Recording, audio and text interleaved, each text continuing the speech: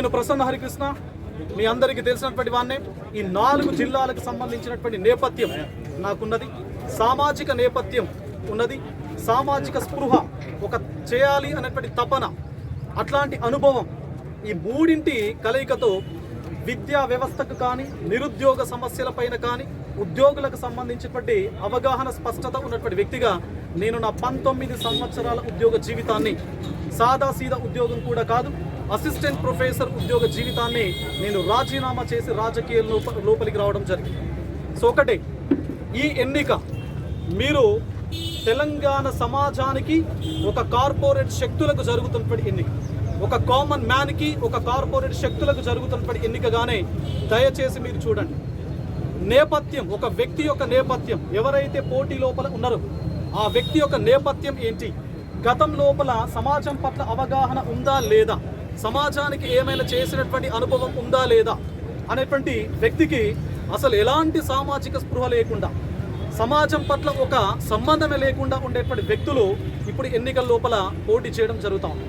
So graduate MLC అనేటువంటి పదవి వారికి అలంకారప్రాయమైందో కావచ్చు, బట్ గ్రాడ్యుయేట్ ఎమ్మెల్సీ అనేటువంటి పదవి నాకు పవిత్రమైనటువంటి పదవి.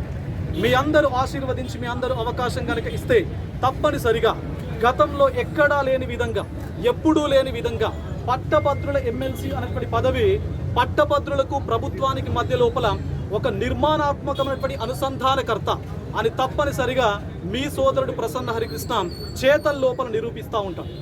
అదేవిధంగా ప్రసన్న హరికృష్ణను మీరు ఆశీర్వదించి రేపు గెలిపించి శాసన మండలికి పంపిస్తే గెలిచేది ప్రసన్న హరికృష్ణ కాదు, ఎంటైర్ తెలంగాణ సొసైటీ.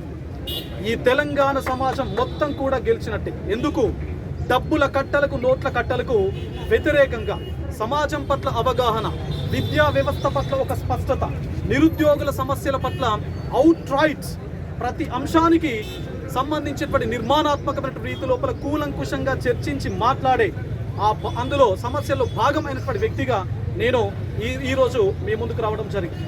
మనకి ఎన్నికలు ఇంకొక 15-18 రోజులున్నాయి కాబట్టి తెలంగాణ సమాజానికి, ముఖ్యంగా ఈ 4 ఉమ్మడి జిల్లాల పట్టభద్రులందరికీ కూడా నేను శిరస్సు వంచి నమస్కరించి మిమ్మల్ని అందరినీ కూడా రిక్వెస్ట్ చేస్తూ ఉన్నాను.